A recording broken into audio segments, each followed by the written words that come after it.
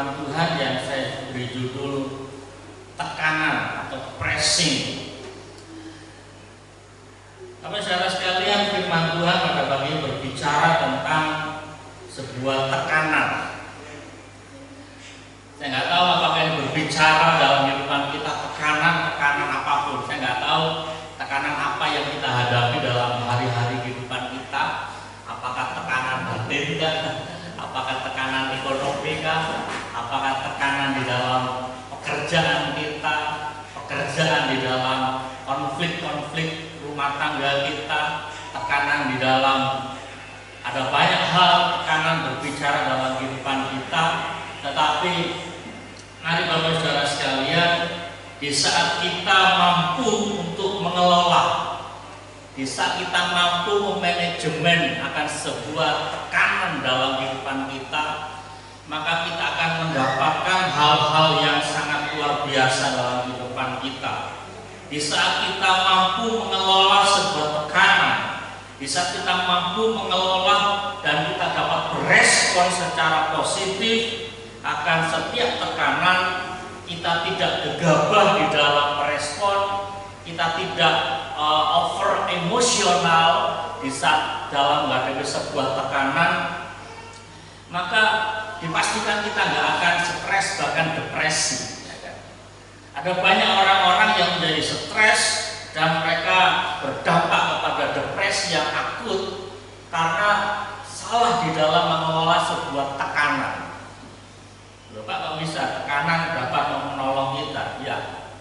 Di Alkitab ada banyak contoh-contoh, di dalam Alkitab ada, boleh saya katakan, semua tokoh-tokoh iman di dalam Alkitab, mereka semua pernah mengalami namanya tekanan. Bukan karena mereka melakukan sebuah kesalahan, mereka mengalami tekanan dalam kehidupan mereka. Kalau kita ambil contoh tentang Yusuf, kesalahan apa yang dia lakukan sehingga Yusuf dia harus mengalami tekanan, dia harus mengalami penolakan, dia harus mengalami situasi yang sangat-sangat sulit. Kesalahan apa di saat dia menolak untuk berzina dengan istri Potifar sehingga dia harus dipenjara? Dia nggak melakukan kesalahan apa-apa, tetapi situasi yang menekan kehidupan dia akhirnya memunculkan Yusuf menjadi orang yang luar biasa.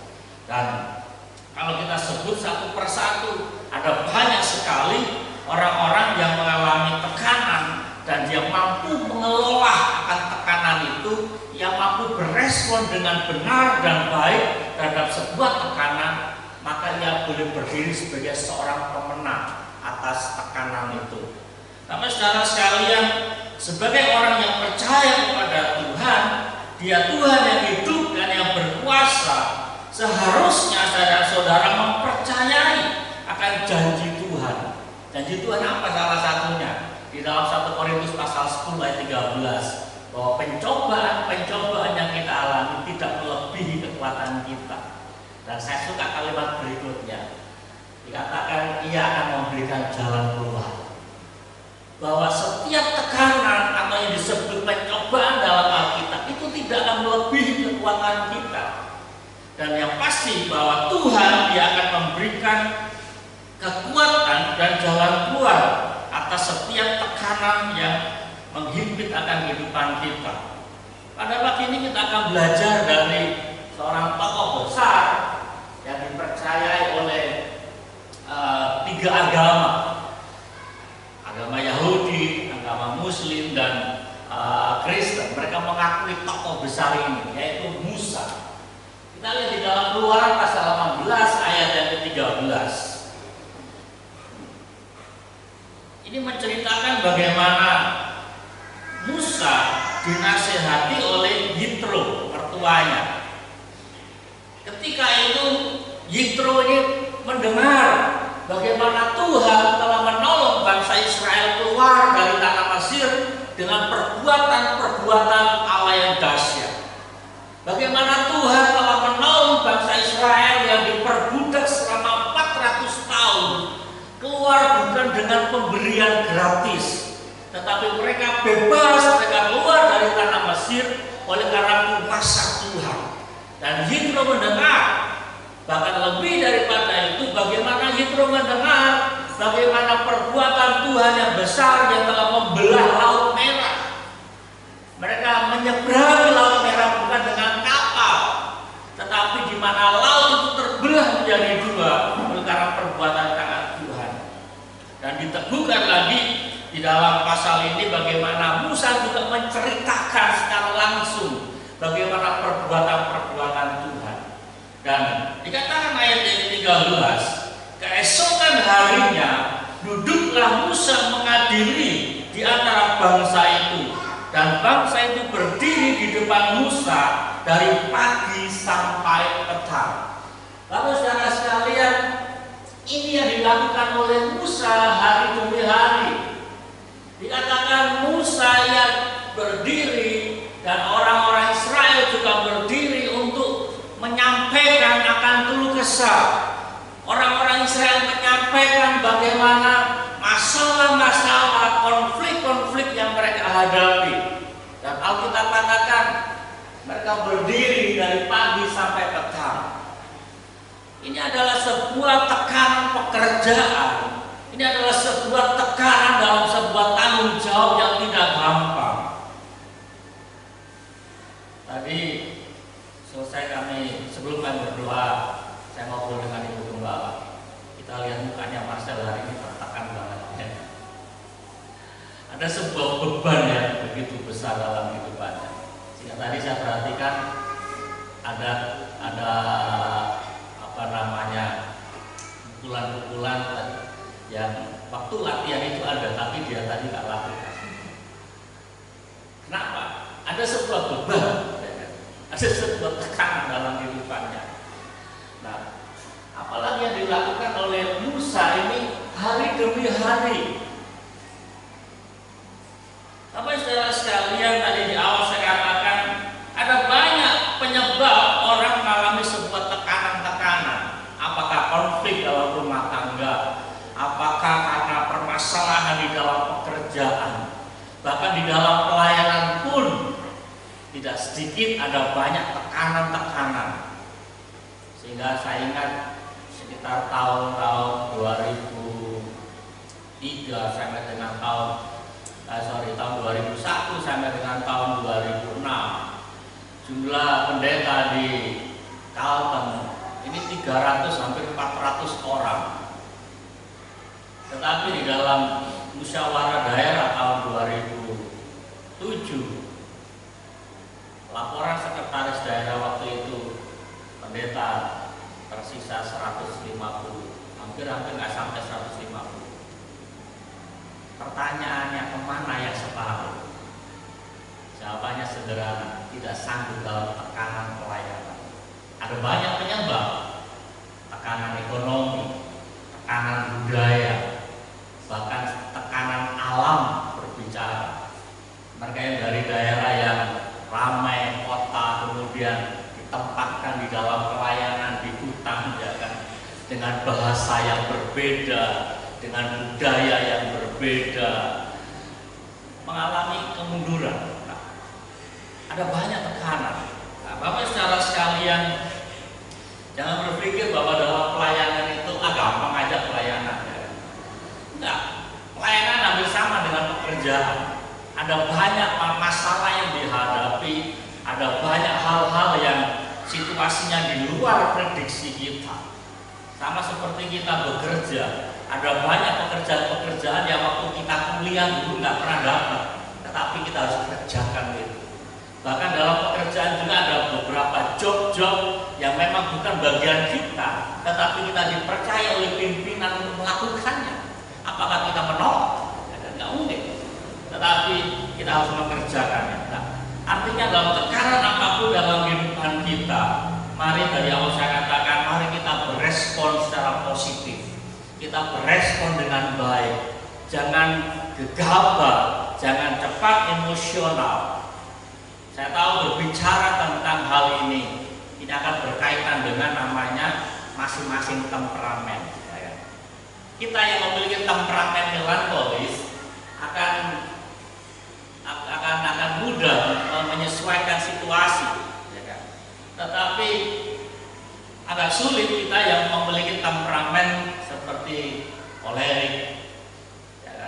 yang cepat berespon dengan marah, ya kan?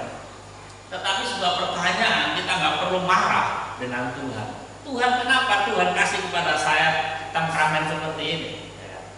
Saya itu percaya bahwa apapun temperamen kita pada dasarnya adalah baik. Tetapi bagaimana kita dapat mengelola, bagaimana kita dapat berespon dengan baik akan situasi-situasi yang ada. Nah, kalau saudara sekalian, kisah tentang bagaimana Yitro dia menasihati Musa ini menjadi sebuah pelajaran penting buat saya dan saudara. Bagaimana kita dapat mengelola sebuah tekanan dalam kehidupan kita. Yang pertama yang mesti kita miliki adalah tenang. Tenang.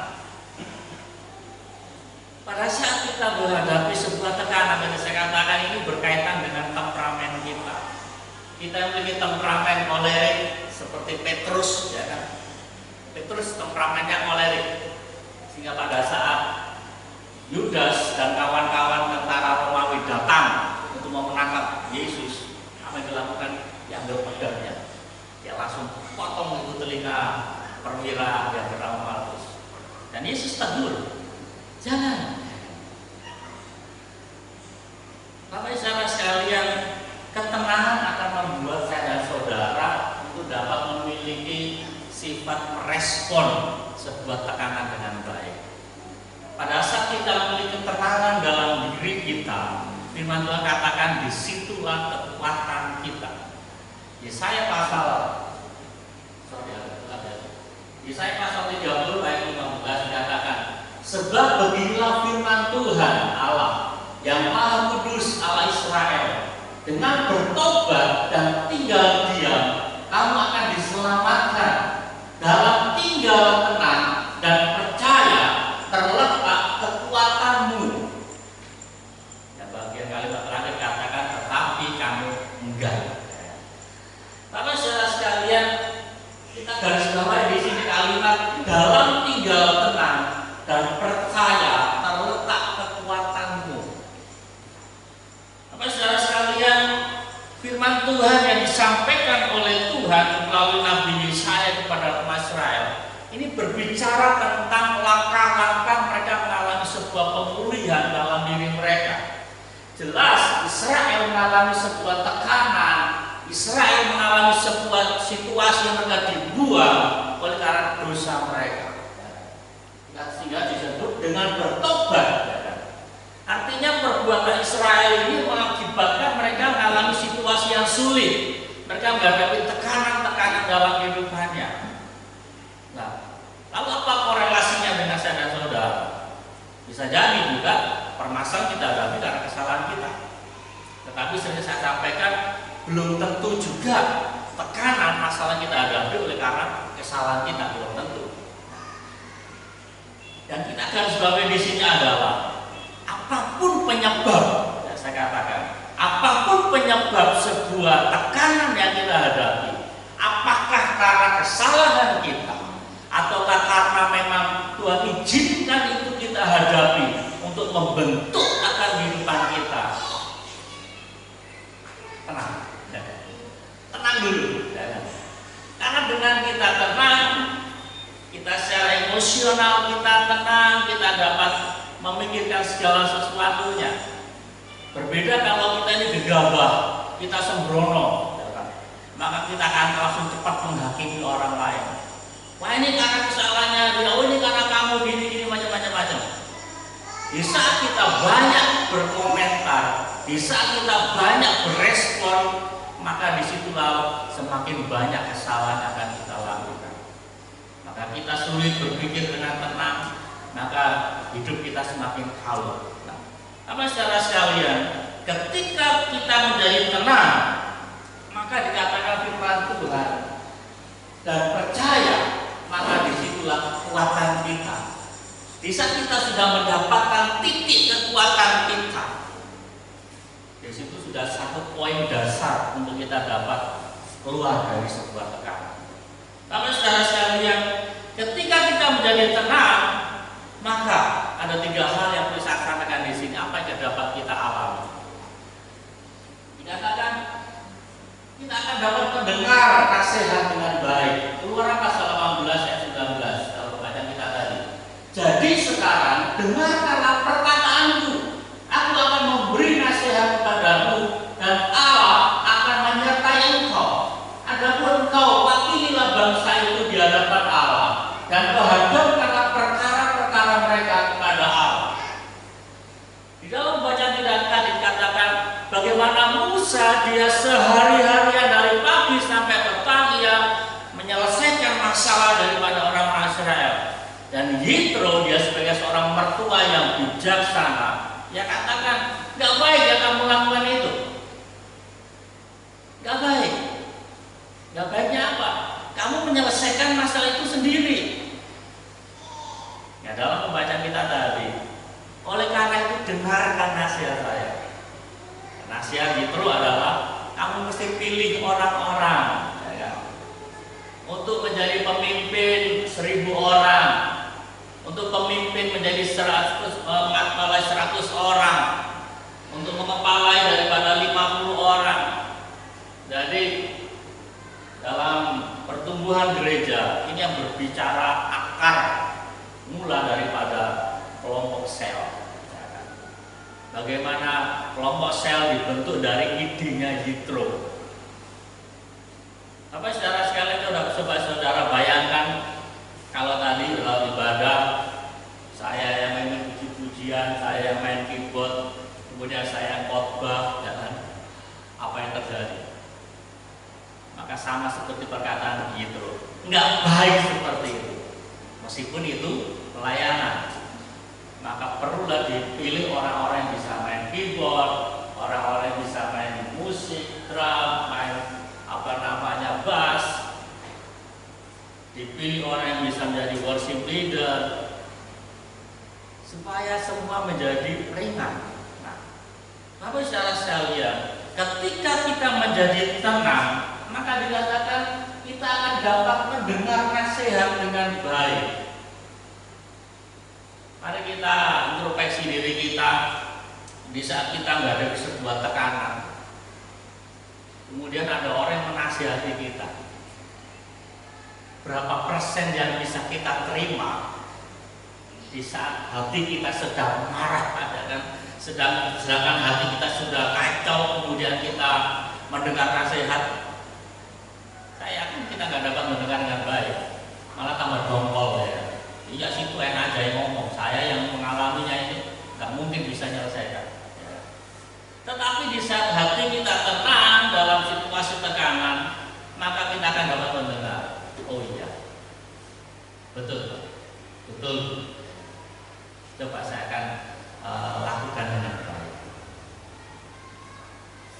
Yang kedua, di saat kita menjadi tenang, apa yang dapat kita lakukan? Maka kita dapat menguatkan kepercayaan kita kepada Tuhan. Ya. Ada banyak orang-orang yang sulit untuk menguatkan kepercayaannya kepada Tuhan dalam sebuah masalah yang dihadapi, karena dia nggak bisa tenang. Buru-buru menguatkan kepercayaan, malah bisa jadi menyalahkan Tuhan. Daud sebelum dia menjadi raja atas Israel, dikatakan dan Daud sangat terjepit karena rakyat mengatakan hendak melempari dia dengan batu. Seluruh rakyat itu telah pedih hati, masing-masing karena anaknya laki-laki dan perempuan. Tetapi Daud menguatkan kepercayaannya kepada Tuhan Allahnya. Saudara, situasi yang dihadapi Daud gak gampang. Pada saat mereka diusir dari Filistin, kita perhatikan mereka rombongan Daud habis diusir, suruh keluar dari negeri orang Filistin karena ada gosip yang disampaikan. Jangan-jangan kalau Daud itu masih ada bersama-sama dengan kita, kalau nanti perang, jangan-jangan Daud ini akan membelok dan menyerang kita.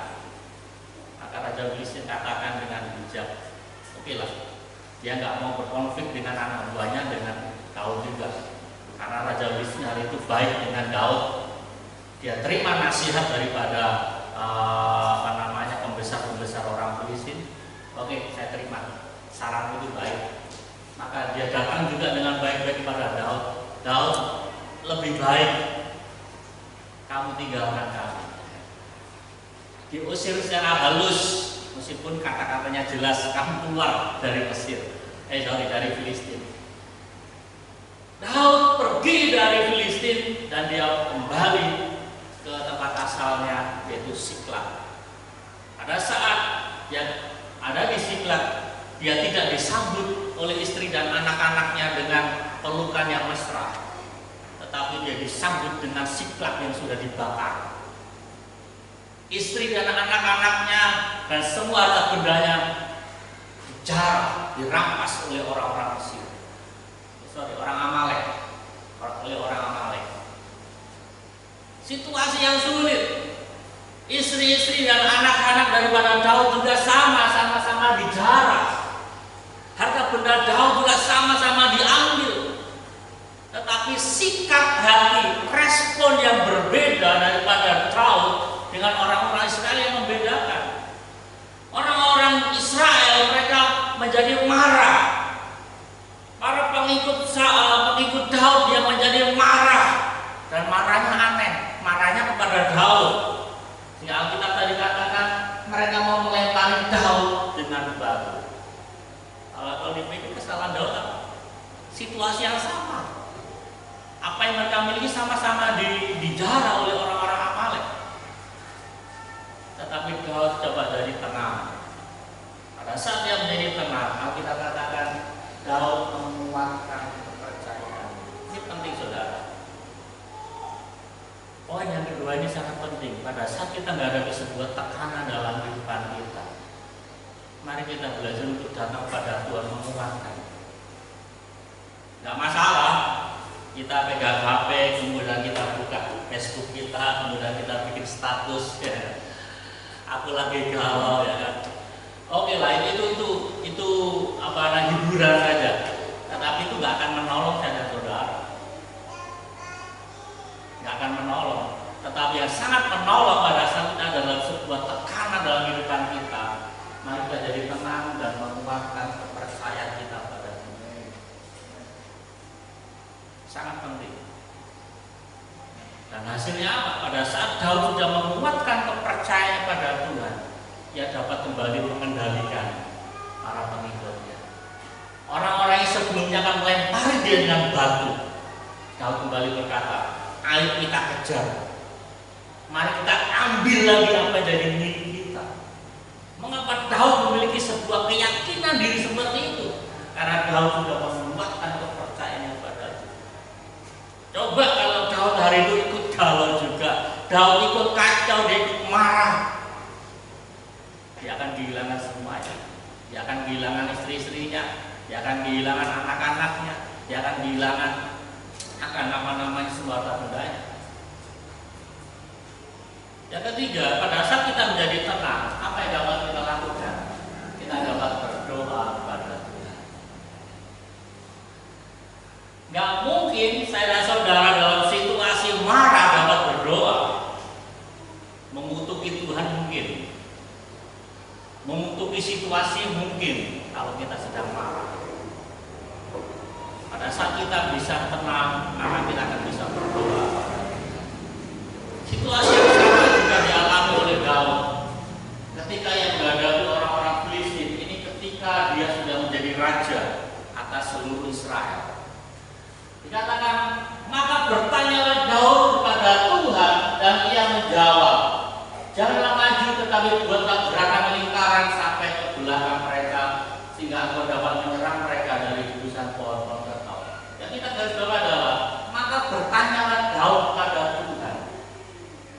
Lalu saudara sekalian, kalau kita baca akan perikop ini berbicara tentang penyerangan orang-orang Israel penyerangan orang-orang Filistin yang kedua kali.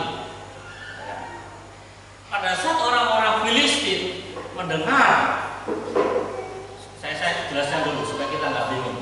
Tadi orang Filistin berteman dengan Daud, tapi ini orang Filistin menyerang. Ini dalam waktu yang berbeda, dalam masa yang berbeda, dalam kepemimpinan orang-orang Filistin yang berbeda. Jadi pada saat orang-orang Filistin mendengar akan Daud sudah menjadi raja atas seluruh Israel. Kalau di dalam yang tadi 1 Samuel itu belum, Daud belum menjadi raja atas Israel. Ia masih menjadi pelarian, ya kan? Bagaimana si Saul dia mengejar-ngejar saat Daud untuk dibunuh. Tetapi di dalam pembacaan kita ini Daud sudah menjadi raja atas seluruh Israel.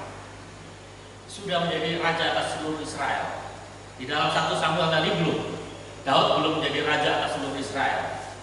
Nah, pada saat orang-orang Filistin mendengar bahwa Daud sudah menjadi raja atas seluruh Israel, mereka berpikir, wow, Daud memiliki kekuatan besar ini. Jangan-jangan yang balas dendam sama kita. Jangan-jangan yang menyerang. Kata jangan-jangan ini yang kadang-kadang terjadi sampai hari ini suka memprovokasi. Akhirnya apa? Orang Filistin yang datang menyerang dulu. Maka Daud berdoa pada Tuhan, Tuhan apa yang harus saya lakukan? Apakah saya harus maju berperang menghadapi orang-orang Filistin? Dan Tuhan katakan, ya maju berperang. Setelah kemenangan dialami, orang Filistin tidak menyerah. Orang Filistin datang lagi untuk menyerang lagi. Dan kembali, Daud dia berdoa pada Tuhan. Maka bertanyalah Daud kepada Tuhan. Bapak saudara sekalian, hal ini berbicara dalam kehidupan saya dan saudara bahwa dalam kehidupan kita ini nggak akan lepas dari namanya tekanan-tekanan hidup. Masalah-masalah hidup satu selesai, datang lagi masalah kedua, dan masalah kedua selesai, datang lagi masalah ketiga, datang lagi yang keempat, 5, dan 6, 7, 8. Bahkan mungkin sampai 1000 masalah akan kita hadapi. Pertanyaannya, apakah kita akan berhenti? Kita menyerah dalam menghadapi sebuah masalah? Tidak kan? Tetapi menjadi tenang. Dan sebagai kata-kata ini sangat sederhana, sangat simpel, tetapi mungkin agak susah dilakukan. Tenang. Pada saat kita menjadi tenang, maka kita dapat berdoa pada Tuhan. Dalam bahasa Alkitab tadi katakan, Daud dia bertanya pada Tuhan, cara apa, langkah apa. Saya suka pernyataan saya ini, beberapa kali saya sampaikan. Allah kita Allah yang kreatif. Karena Allah kita Allah yang kreatif, jangan pernah pakai pengalaman masa lalu untuk menyelesaikan masalah kita hari ini. Daud dia nggak gegabah. Dia nggak katakan, oh kemarin caranya Tuhan tolong saya seperti ini, maka sekarang saya nggak perlu tanya. Saya akan pakai cara itu hari ini. Daud enggak. Meskipun dalam peperangan pertama Tuhan berbicara pada dia, kamu maju berperang. Di dalam penyerangan orang Israel yang kedua, dia kembali bertanya, yang minta pendapat kepada Tuhan. Tuhan, apa yang saya lakukan? Saya maju atau tidak? Dan betul, Tuhan katakan jangan, ya kan? Jangan maju. Berbeda dengan cara Tuhan yang pertama dalam menyelesaikan masalah Daud. Dikatakan jangan maju, tetapi buatlah gerakan lingkaran sampai ke belakang mereka. Jadi orang-orang Israel disuruh Tuhan untuk membuat lingkaran yang sangat besar, mengepung. Allah kita kreatif. Kalau hari ini kita mengalami pertolongan Tuhan, dan besok kita menghadapi masalah lagi, jangan pakai masalah hari ini, cara sehari ini. Siapa tahu saya katakan cara Tuhan yang besok ini berbeda. Allah kita kreatif, amin. Allah kita ini Allah yang sangat banyak cara untuk menyelesaikan masalah kita. Nah, tapi saudara sekalian, itu yang pertama. Bagaimana cara menghadapi situasi tekanan? Pertama harus kita tenang. Karena saat kita tenang maka kita akan dapat mendengar nasihat. Kita dapat mendengar masukan-masukan yang positif. Kita dapat mendengar akan semua hal-hal yang dapat menolong saya dan saudara.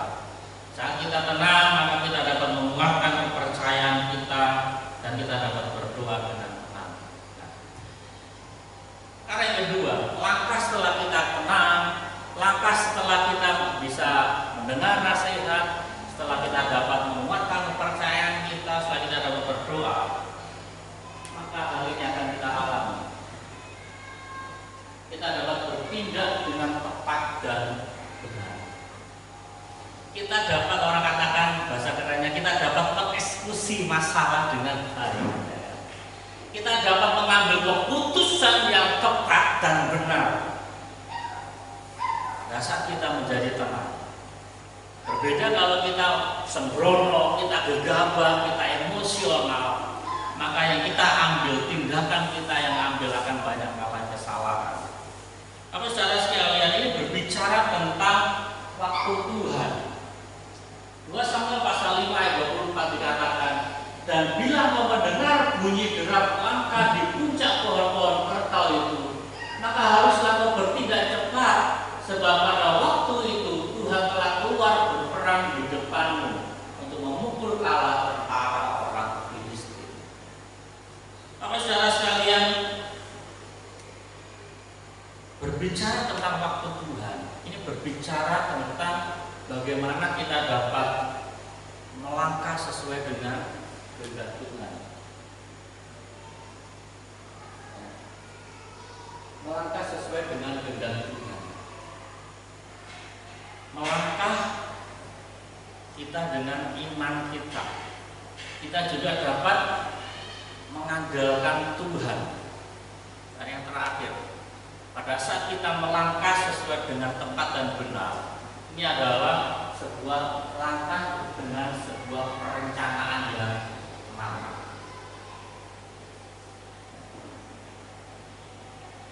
Waktu kita dengan waktu Tuhan kadang-kadang berbeda.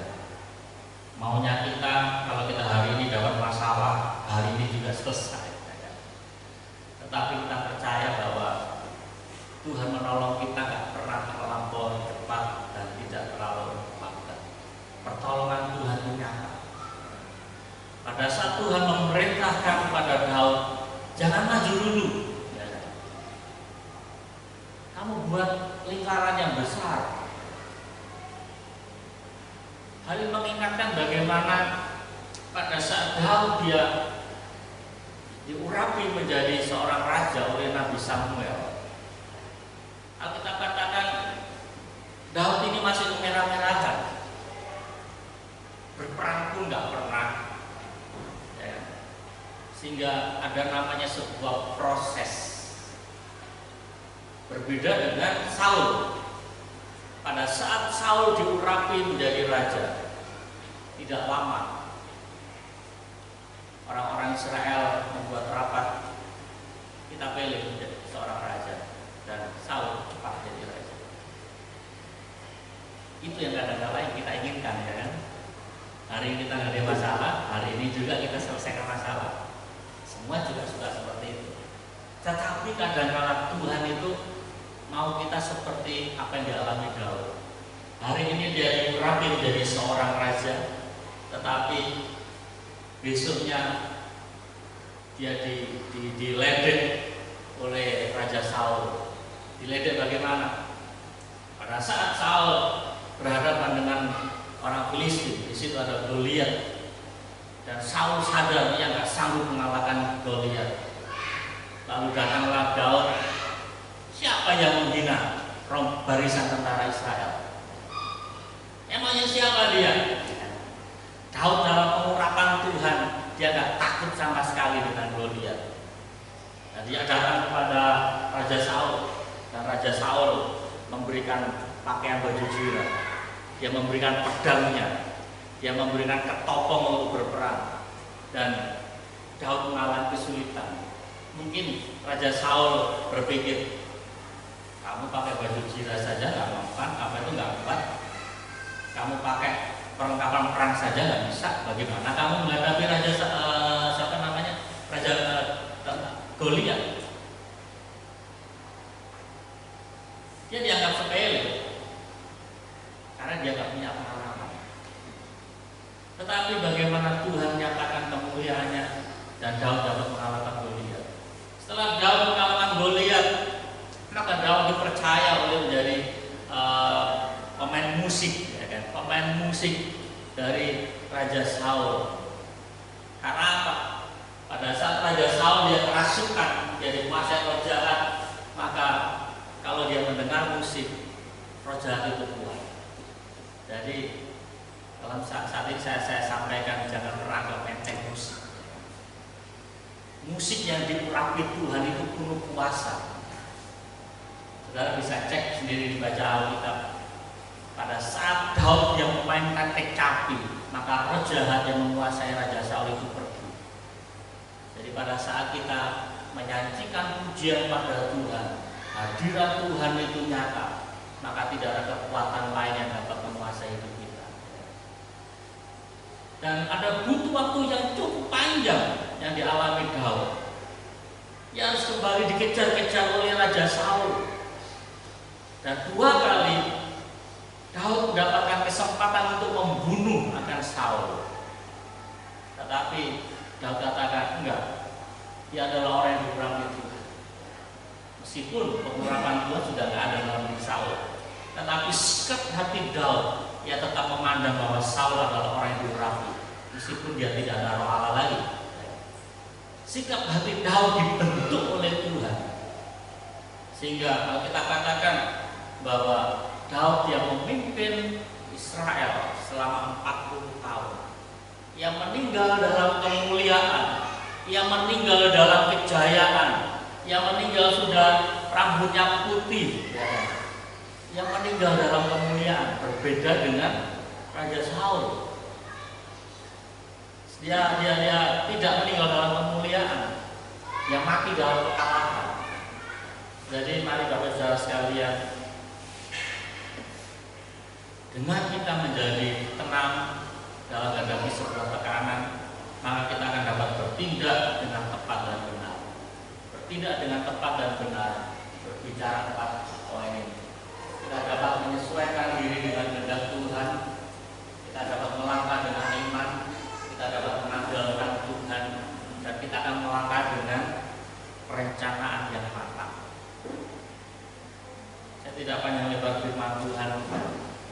Kalau firman Tuhan ini dapat menolong saya dan saudara untuk kita dapat mengelola, kita dapat memanajemen namanya sebuah tekanan dalam kehidupan kita.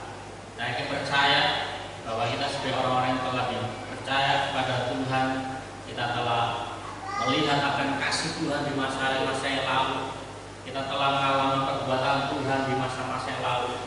Maka apapun yang kita hadapi hari ini, esok dan akan datang, kita ingin percaya kita dapat melewatinya dengan kekuatan daripada